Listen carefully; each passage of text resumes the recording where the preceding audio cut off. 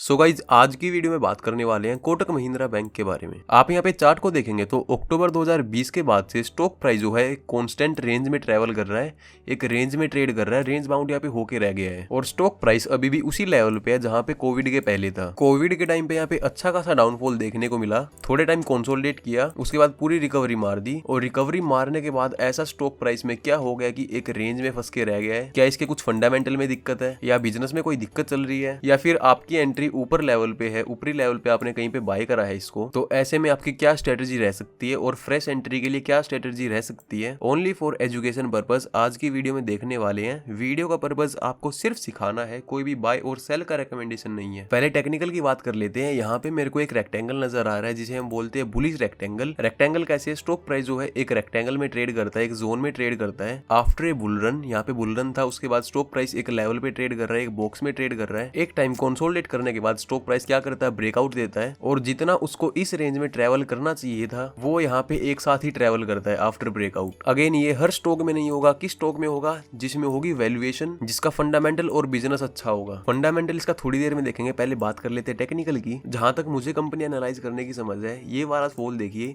ये वाला फॉल कब आया था, जब आरबीआई ने रेस्ट्रिक्शंस लगा दी थी कोटक बैंक के ऊपर। 811 वाला अकाउंट जो आप घर बैठे खोल सकते थे वो यहाँ पे बंद कर दिया, जिसके कारण क्या हुआ कि पैनिक सेलिंग आई और स्टॉक प्राइस में लोअर सर्किट लगा और स्टॉक प्राइस जो है 1550 के आसपास तक आ गया था। अगर ये न्यूज नहीं आती ना तो एचडीएफसी बैंक के साथ साथ आज कोटक बैंक भी किसी ऊपरी लेवल पर एक्यूमुलेट कर रहा होता और ऊपर जाने की तैयारी यहाँ पे कर रहा होता। करंट सिनेरियो में देखते हैं करंट में क्या हो रहा है। आप यहाँ पे देख पाएंगे तो आफ्टर ए बुल रन यहाँ पे स्टॉक प्राइस में जो है एक एम पैटर्न का फॉर्मेशन हुआ है, जिसका ब्रेकडाउन यहाँ पे आ चुका है। हो सकता है स्टॉक प्राइस रिटेस्ट करके थोड़ा बहुत नीचे आए, ज्यादा नीचे तो नहीं आना चाहिए क्योंकि कंपनी यहाँ पे पहले ही अंडर वैल्यूड है, लेकिन फिर भी मैं यहाँ पे 3 लेवल एज्यूम करके चल रहा हूँ। मेरे को हाल फिलहाल में इस स्टॉक में एंट्री बनानी थी, लेकिन जो एम पैटर्न था ये देख के मैं थोड़ा सा रुका हुआ था। अभी क्या हो रहा है, स्टॉक प्राइस अपने बॉटम पे आ चुका है। जो ये सपोर्ट था, ये वाला स्विंग देखिए और ये वाला स्विंग देखिए, यहाँ पे हैवी पहले बाइंग हुई थी और अभी स्टॉक प्राइस जो है इस लेवल पे आके ये वाले पे आगे फिर से यहाँ पे साइडवेज हो गए हैं। ये थोड़ा बेयरिश पैटर्न है, लेकिन वैल्यूएशन इसकी पहले ही अंडर वैल्यूड है स्टॉक, तो ज्यादा फॉल मैं एक्सपेक्ट कर नहीं रहा, लेकिन फिर भी मैं यहाँ पे 3 लेवल निकाल के चल रहा हूँ। मैं अपनी 35 to 40% क्वांटिटी यहाँ पे डालने वाला हूँ और स्टॉक प्राइस यहाँ से हल्का फुल्का ब्रेकडाउन देके नीचे आता है तो ये वाले स्विंग के आसपास आगे फिर से सपोर्ट लेगा 1700 के आसपास। यहाँ पे अपनी 35 to 60% क्वांटिटी और डालूंगा। अगर फिर भी इस रेंज का ब्रेकडाउन यहाँ पे आता है तो पिछला स्विंग मेरे को यहाँ पे नजर आ रहा है 1625 के आसपास। यहाँ पे मैं अपनी 100% क्वांटिटी डाल दूंगा और वेट करूंगा एक बड़े टारगेट के लिए। टारगेट इसका क्या रहेगा वो देख लेते हैं। टारगेट इसमें रहने वाला है स्विंग्स का। टारगेट क्या रहेगा, पहला मेरे को ये वाला स्विंग यहाँ पे नजर आ रहा है इस वाली रेंज का, 1950 से 1960 की रेंज ये है और सेकंड टारगेट ये वाला रहने वाला है 2120 के आसपास का और इसका जो मेन टारगेट है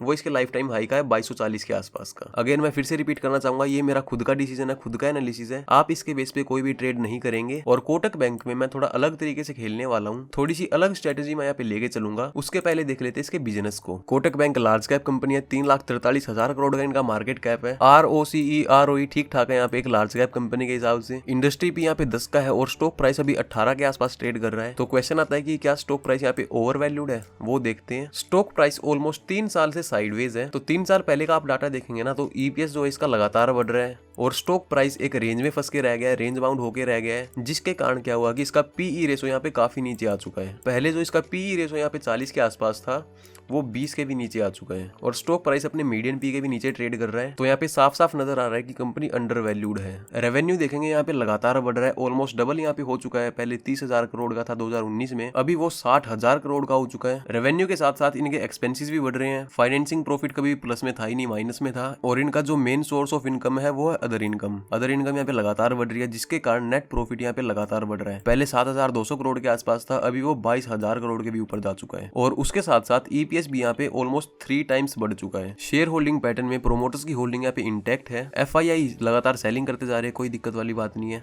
और डीआईआई की होल्डिंग यहाँ पे ऑलमोस्ट डबल हो चुकी है। पहले जहाँ पे 15% के आसपास थी वो 28% के आसपास होने वाली है और पब्लिक यहाँ से लगातार निकलती हुई जा रही है। तो यहाँ पे ऑलमोस्ट 12-13% की होल्डिंग को छोड़ के बाकी की 82-83% होल्डिंग स्ट्रॉन्ग हैंड्स के हाथ में है। स्मार्ट मनी यहाँ पे इन्वेस्टेड है। तो यहाँ पे फिर से रिकैप देखते हैं। प्रॉफिट जो कंपनी का लगातार बढ़ता जा रहा है, ईपीएस लगातार बढ़ता जा रहा है, और स्टॉक प्राइस एक रेंज में फंस के यहाँ पे रह गया है, जिसके कारण क्या हुआ कि इसका जो पीई रेशो है वो यहाँ पे काफी नीचे आ चुका है। और ऐसे सिनेरियो में अगर मार्केट जो है, ओवरऑल मार्केट की मैं बात कर रहा हूँ, अगर वो डाउन सेलिंग में भी आता है, करेक्शन यहाँ पे लेता है ना, तो स्टॉक प्राइस में यहाँ पे ज्यादा फर्क नहीं पड़ेगा, क्योंकि कंपनी पहले ही अंडर वैल्यूड है। थोड़ा बहुत और करेक्ट होना होगा तो इस लेवल तक या फिर इस लेवल तक आ सकती है, ज्यादा नीचे जाने का कोई रीजन दिखाई नहीं दे रहा है। और यहाँ पे अगर स्टॉक प्राइस आता है ना, तो बड़े प्लेयर्स के लिए कंपनी और ज्यादा अच्छी हो जाएगी, और ज्यादा बड़े प्लेयर्स इसमें इंटरेस्टेड हो जाएंगे, और फिर आएगी एक बड़ी रैली आएगी तो जनता देखेगी। पब्लिक जो है, पब्लिक में क्या होता है कि पिछले 3 साल में, पिछले 2 साल में, पिछले 1 साल में स्टॉक प्राइस ने इतना रिटर्न दे दिया,